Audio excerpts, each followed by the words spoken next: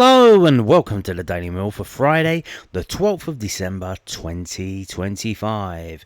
In today's Millwall news, it was match day today for the under-21s. 2 games in a week, 2 cup games in a week. And they fell just short again. Don't have any pictures from the game, so I didn't watch the game. Not sure if Nottingham Forest was showing it or not. It was live. You could go to the game. It was at Loughborough University Stadium. So I don't know how it was. I know that we were 2-0 down at half time, and we did pull up. There were 2 changes made at half time, so not messing around. And we ended up losing the game 2-1. So I imagine first half not so good, second half a little bit better, because we didn't concede any goals in the second half and we scored one. So there you go. The team. We got it from Mick Murphy's Facebook page. Thank you, Mick. Sanford, Vieira, Drake, Forbes, Harry Taylor, Dyer, Payton, Whitby, Frankie Baker, Redhead, Celestine Charles. And the subs are Amuse, Linda's the keeper, Hammond Chains, Jacom, and Thomas Smith. So that was the team that went out tonight at Loughborough University Stadium to play Nottingham Forest under-21s, although they style themselves as Nottingham Forest B team. The B team. Again, I brought up sofascore.com, which I don't know why I keep doing this, because it doesn't fit onto the screen. You're missing out. You're missing out the numbers on the side, but what I can tell you, I'll tell you what's missing. So Forest are top of the group with 9 points, Swansea are second with 6 points, Wolves are third with 4 points, and Millwall are last with 1 point. So to all intents and purposes, I think we're knocked out. We need to finish in the top 2, and I don't think we are going to do that. Although we do have 2 games left. We do have 2 home games left. Both of those games are happening next week. One is on a Tuesday and one is on a Saturday. Yes, on the Saturday, that the first team are playing Blackburn Rovers away. The under-21s will be playing at the Den in what may or may not be by that time a must-win game. While we're here, we should probably actually check. I think what we need now is we need snookers. So if we do that and then do that and then do... Let's do that and then do that. So these are the results so far. Okay. So it says here that this game was interrupted. So I don't know if they have to play that game again. So that... I'm not sure about that. If that game was abandoned, then it looks like we're probably out, because so if this game needs to be replayed, then we're going to need Forest to win that game, and then we'll need a draw in this game. Although, so a draw will give Swansea a point and Wolves a point. Although, wasn't this game played today? We don't have a result. Isn't this today, the 12th at 1 o'clock? Did it get played today? Oh, the 13th. It's on the 13th. It's on the Saturday. Okay. Not now. Thank you. I have to reset it now. Right. Let's have a look again. So that game is being played today. So basically, once that game's done, we'll know if we're knocked out or not. So we need this game to finish in a draw. If we go down, we're in Group G. If Swansea win that game, we're out of it, because we can't catch them up. If we win both of our games, that will give us 7 points maximum. If Swansea win that game, we have no chance. If they draw that game, they will get 7 points, but they'll stay on +2 goal difference, so we can catch them on goal difference. Especially when, their next game after that is against us, although, like I said, I think they have to play this game again, but they haven't got a date for it yet. So we'll need to beat them, and then we'll need Forest to beat them heavily to affect their goal difference, and that could give us a chance. But then you've got Wolves. Wolves can get to more than 7 points. So again, if Wolves win this game, that's happening today on Saturday by the time you watch this. If Wolves win that game, they'll be on 7 points. so then we can catch them up only on goal difference. And their last game is against Forest, and you would imagine by that time Forest are through. They might even be top of the group. Will they rest players? It's 3 days before Christmas.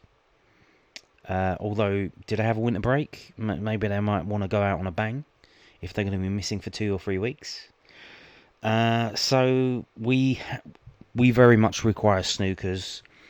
We need to do what we need to do, which is win this game at the Den on Tuesday night and win this game at the Den on Saturday lunchtime. And, we'll know tomorrow. Well, we won't know tomorrow, really, because... No, we will, because if Swansea win that game, they're going to be up to 9 points. Yeah. So tomorrow, or today, this Saturday, if Swansea under 21s beat Wolves, we're out of the competition. We're cooked, really. We can't qualify. It's done. Any other result, we'll keep ahead. So I will let you know the result of that game and whether the under 21s can go through to the next round of the Premier League Cup 25-26. Now, moving on to this, which is from Mill's official website, millfc.co.uk. Caleb Taylor nominated for November EFL Goal of the Month award. Well, I should think so too. So Caleb Taylor's incredible strike against Southampton has been nominated for the November 2025 EFL Sky Bet Championship Goal of the Month award. Picking the ball up around 30 yards from goal, the defender unleashed an unstoppable effort into the top corner, sparking wild celebrations to put the Lions 2-1 up in a classic fixture against the Saints. It must have been good because Alex Neil ran down a touchline to celebrate, and he said he's never done that before ever in his career. So that must have been some sight. Caleb is up against 3 other strikes. Lions supporters now able to vote for the defender to win the trophy. You need to vote here. If you click on there, it goes to EFL.com, so you could just go to EFL.com and find it on there. But supporters' votes will be combined with panel's thoughts to determine the victor. And the judging panel comprises Sky Sports' EFL experts Don Goodman and David Prutton, so a panel of 2. Not a panel of 3, which would make sense because then you have a tiebreaker. No, a panel of 2. So it's much like democracy, you can vote for whoever you want, but the judges will decide what will and will not happen. So yeah, voting's open and it closes at 5 PM on Monday the 15th, and the winner will be announced on Friday. So there you go. Now, told you about this last week. We've finally got the squads announced today. They have to leave on Monday, so FIFA have said the clubs don't have to release the players until Monday the 15th, so the whole African player, I think he will be playing tomorrow. Maybe they'll take him off early, don't know, but what we're going to do, this is the Wikipedia for Africa Cup of Nations squads for 2025. We're just going to squickly, yep, new word, scroll down, and we're going to look on the right hand side to see if there are any English flags, and then see if that is a championship team and if that affects us in the next month. If you didn't know, does it say at the top? Yeah, it does. So the tournament is being held in Morocco, and it runs from the 21st of December to the 18th of January.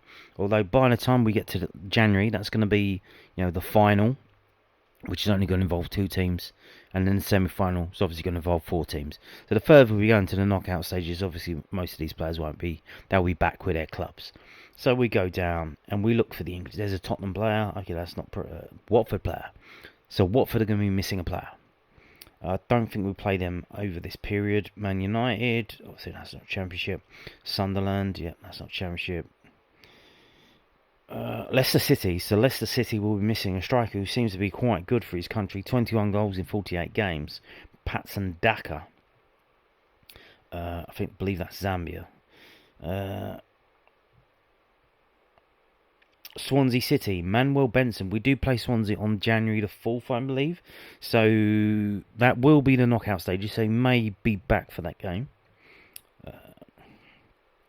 Liverpool, Man City.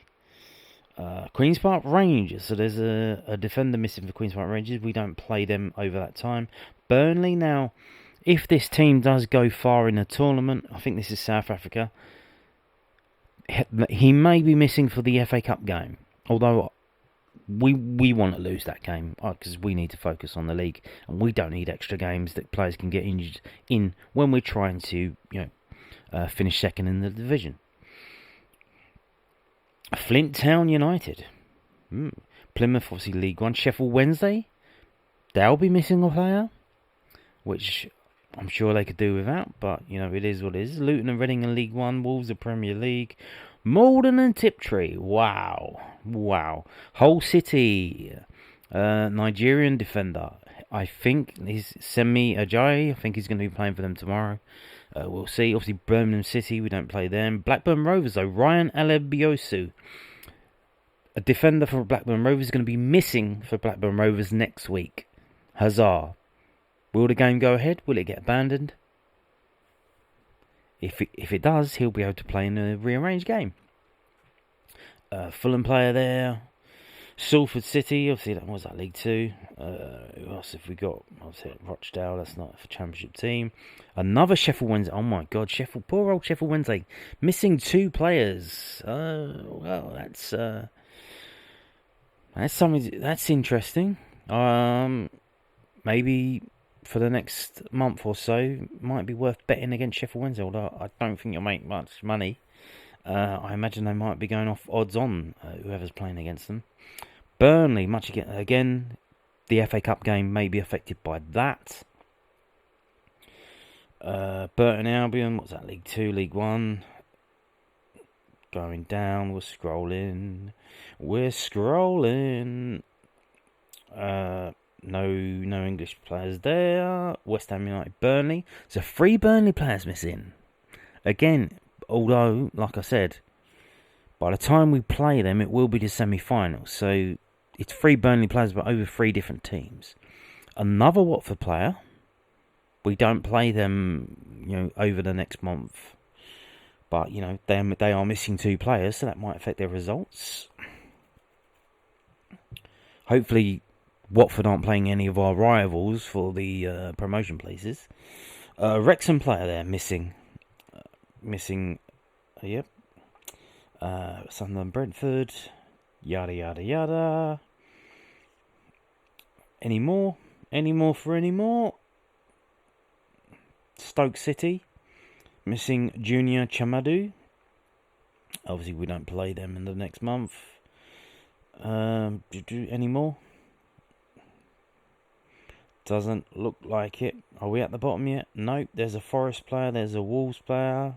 There's another Forest player. There's a Man United player. A Sunderland player. So there you go. That's it. So overall, I mean, teams that we're playing against, 1 for Blackburn, 1 for Swansea, maybe 3 against Burnley for the FA Cup game. Not that massive an impact, and not that many championship players overall been selected. Was something like 8? So not that much of an impact.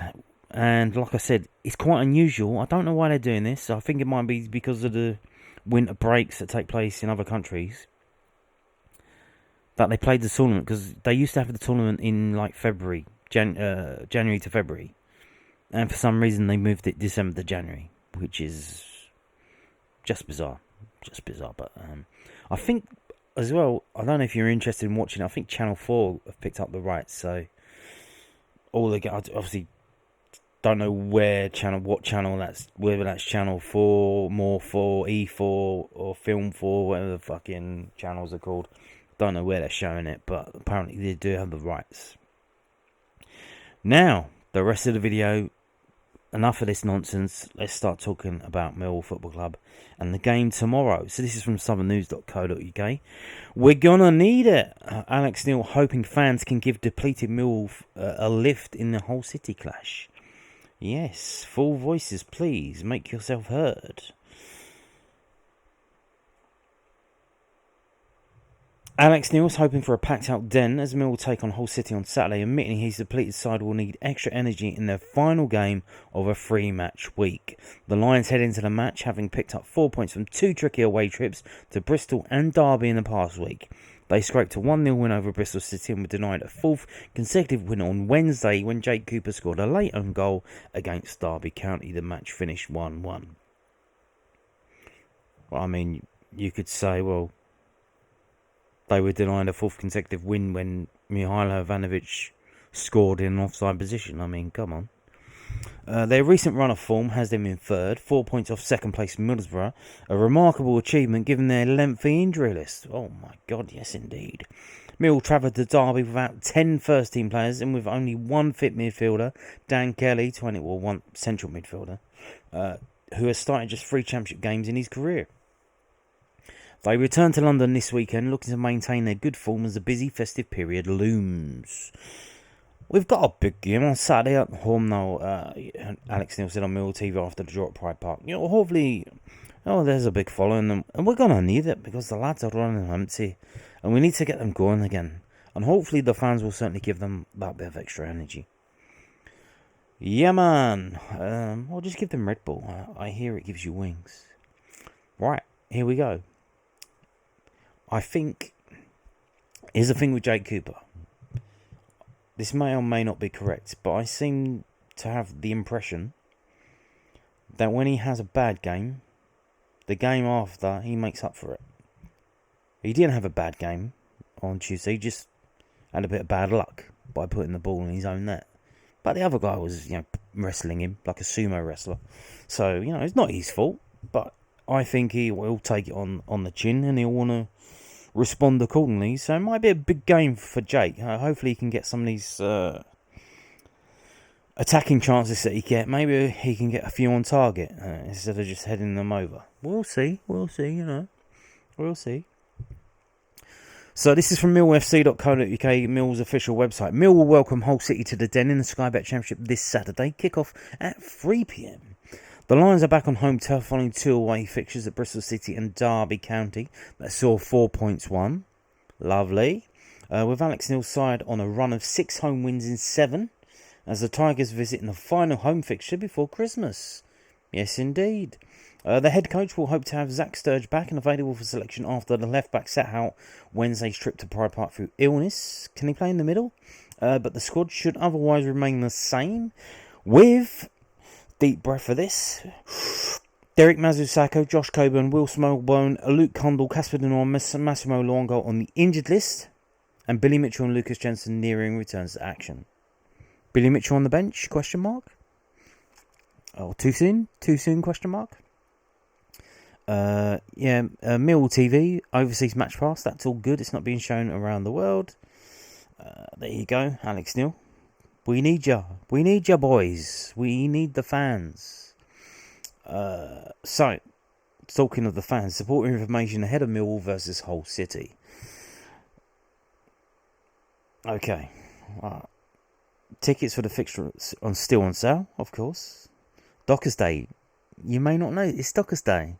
So this Saturday represents Millwall Football Club's annual Dockers Day. Dockers Day sees the Lions honour the club's storied history and roots, with 3 former players of the season being introduced onto the pitch prior to kick-off.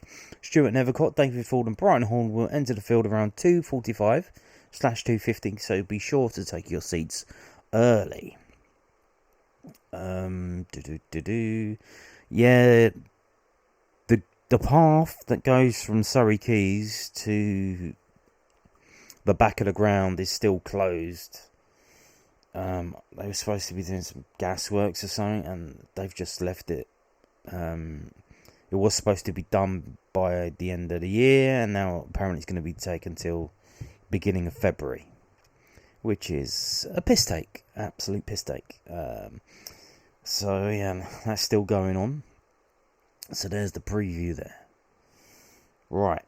Here's the mascots. Matchday mascots for Hull City. Let's have a look. Brodie O'Reilly. Saturday's Junior Lions mascot is Brodie O'Reilly.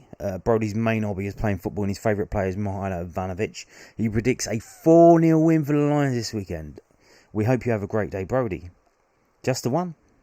Just the one. Okay, cool. Now. Uh-oh. There they are the picture. Hull City are the picture. So this is from EFL.com. It's a Sky Bet Championship pre-match stat pack. They do this a list of stats for every game, as you can see. And we got some for the Millwall versus Hull City. So the way they say it don't make much sense unless you've got autism. So I'm going to have to kind of translate it. So here we go. Millwall have won none, N-O, none, of their last 6 league games against Hull. Obviously, this is home and away. Failing to score in 5 of those games. So, home and away against Hull, we have 1-0, drawn 3, and lost 3. And we have failed to score in 5 of those games. Yikes. Hull have won their last league game against Millwall, but there hasn't been back-to-back wins by a team in this fixture, either Millwall or Hull, since Hull won both games in 2012-13. And this is the 15th meeting since then. Right, let's translate that. So, since 2012-2013, that was the last time that a team in this fixture have won 2 games in the same season. This game now is the 15th game since then, and it hasn't happened since. So 14 games. This one will be the 15th. 14 games. So that's 7 seasons, home and away. It's the fixture's been split. No team has won both of the games, which doesn't you don't really win both of the games. Really, it's kind of hard to win against home and away in this league against the same team. You know, some of the teams you might do well against away, but Millwall have won 11 of their last 15 home league matches, including 5 of their last 6 since a 4-0 defeat to Coventry in October. So we got absolutely fucking smashed by Coventry in October. 5 of the last 6 since that game, we've won.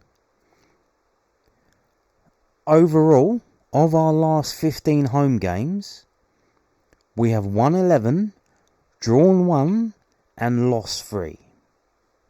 Bosh. This is good to see. It feels like if you go to a Millwall game now, a Millwall home game, we're back to expecting a home win. Or at least seeing some effort on the pitch. Which is good, because, you know, the last couple of seasons I have absolutely fucking hated seeing opposition teams score goals against us and celebrate. It absolutely boils my blood, it does. Especially where I sit, because I sit right in front of the goal, in front of the away end. You know, I'm in line with it in Block 1. Hull have scored 15 goals in 9 away championship games this season. Their best goals per game average, 1.67 on the road in the season, in the top 2 tiers of English football ever. Oh my God. Fucking hell. Right. This is at the moment, they've got the best attack that they've ever had in the top 2 tiers of English football. They're averaging 1.67 goals per game, which is insane. It's the best it's ever been, and we have to play them tomorrow. Femi Aziz has scored in each of his last 5 home league matches for Millwall, the best run by a Lions player since Steve Morrison between April and August, also 5, including playoffs. So Femi Aziz, you have a chance tomorrow to do something fantastic. You can score in 6 home games in a row, and you can beat Steve Morrison. How about that? Although that one, Steve Morrison's is between 2 seasons, because it goes from April to August, and that includes a playoff game. But you have a chance to do, and I think if you did it in 6 games in the same season, I think that would be, that would be the cherry on the top. So Femi Aziz to score any time tomorrow. Please bet responsibly. When the funds stop. So there's the pre-match stat pack. So this is the historical record of games between Millwall and Hull City from 11v11.com. It's sorted in order, and as you can see, there's a fucking lot of green. We beat them like a drum. We beat them at the Den. We beat them all the time, most of the time. Although, first 2 games, both 0-0s. 1928, 0-0. 1930, 0-0. We didn't lose to them until 1963. That was a 1-0 defeat. And that was the 5th game we played against them at home, at the Den. And then, it's just a sea of wins. Just a win after win after win after win. In 1968, there was a 3-2 defeat. But the next defeat after that came in 1986, which, after what looks about to be 13 to 15 games, a 1-0 defeat in 1986, 26th of August, so that would have been at the start of the season somewhat. But, we've got a 5-0 win in 1985, that was in December, that was at the end of the year, festive period. A 4-0 win in April 1971. So there's a massive gap, where we don't play them. We played them 1990. That's a 3-3 draw. We don't play them again until 2006. So that's 16 years gap, and we come back with a 1-1 draw. But then after that, a 4-0 victory in 2010, a defeat in 2013, and most recently, not that many wins. It's been a draw fest, really. So since 2017. So this is probably after the period where they were in the Premier League, because they did go up, didn't they? They had a season. Was it a season or 2? I don't know. But since then, so if we take it from 2012, because that was a win. So a defeat, a draw, a win. That was in the FA Cup. A draw, a win, a draw, and the last game was a defeat. So if you take it over at the moment, we're not doing that well against them when you compare it to the 1970s. So at the moment, we are, 1, 2, 3, 4, 5, 6, 7, 8, 9 games. The last 9 games at home against Hull City, only 2 wins. Only 2 wins. The rest of 5 draws and 2 defeats. 2 wins, 2 defeats, and 5 draws. Okay, and the last one was a 1-0 defeat. Right, so there you go. That's the history. Now let's move on to some more recent history. So, the last 6 games, 7 goals for Mill, 6 goals for Hull City. So not a high scoring affair. 13 yellow cards for them, 9 yellow cards for us. That's a hell of a lot of yellow cards. They got 2 red cards.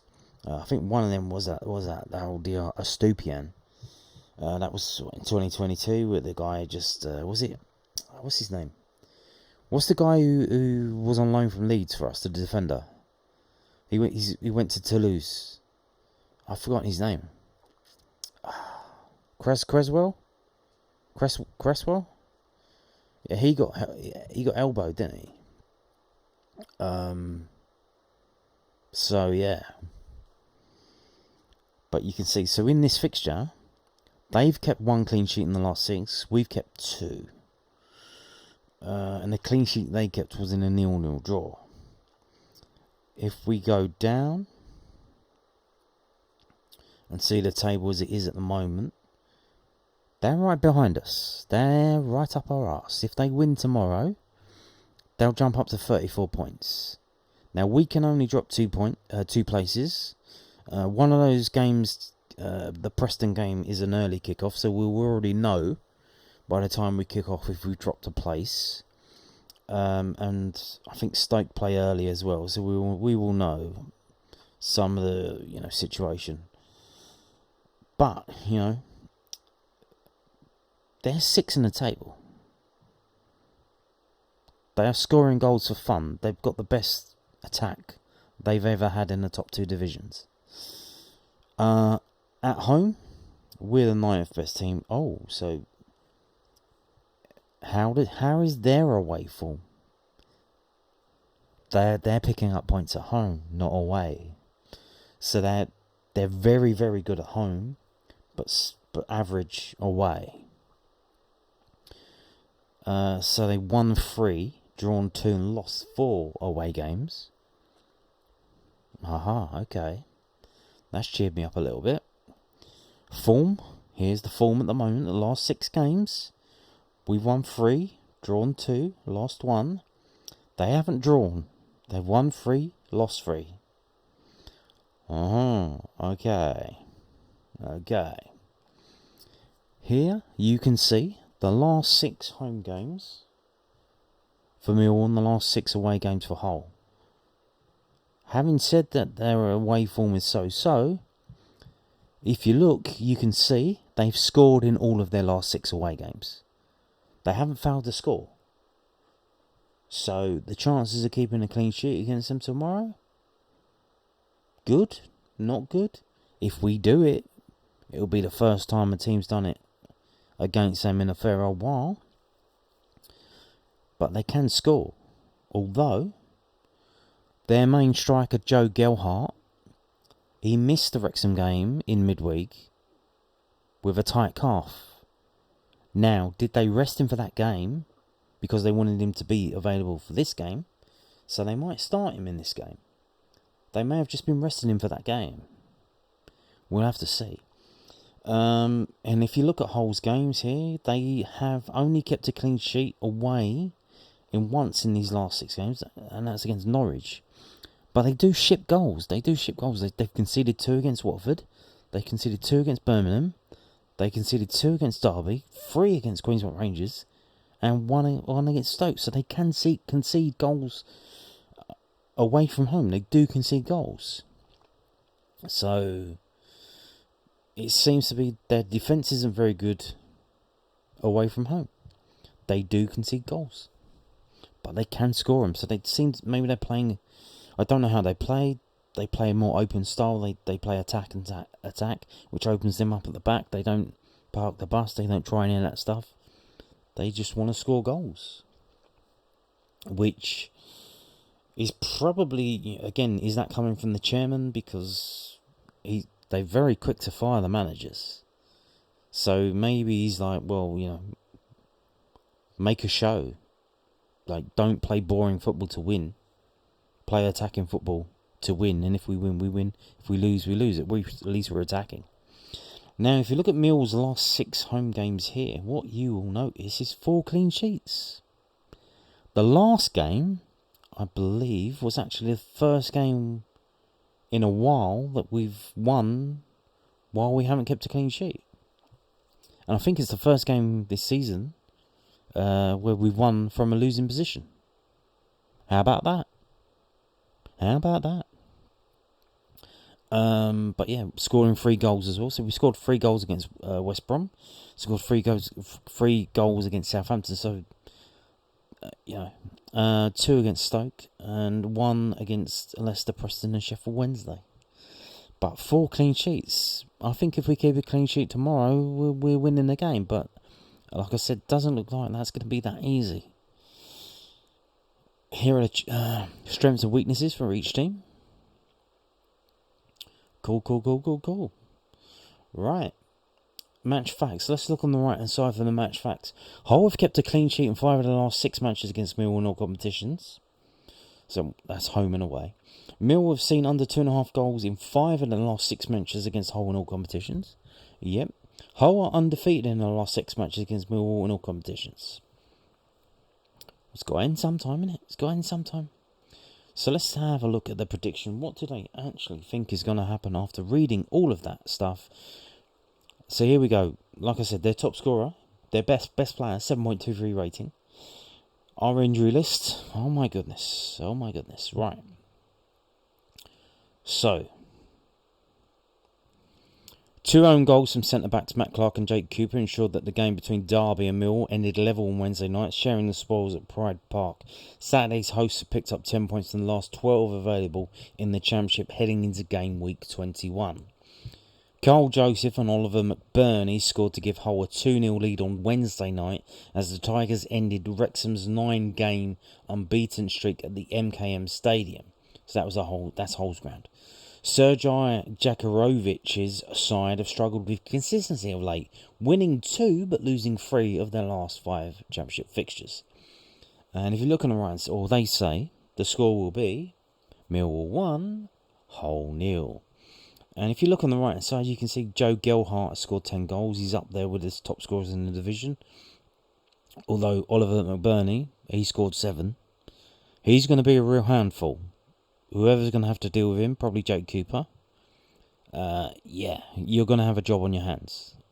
He is apparently a tough cookie, so we'll see how you do.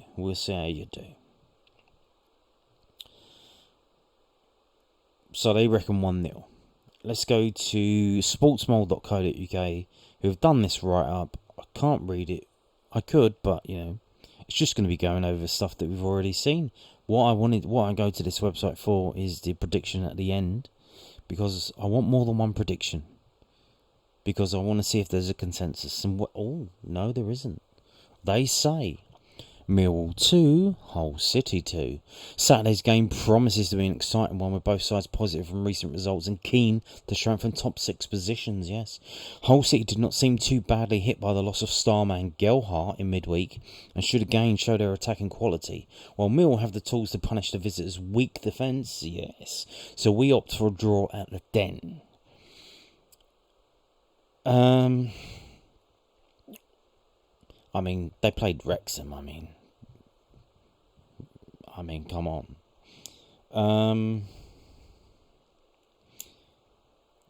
This is a home game. It should be more enjoyable for the players to play in.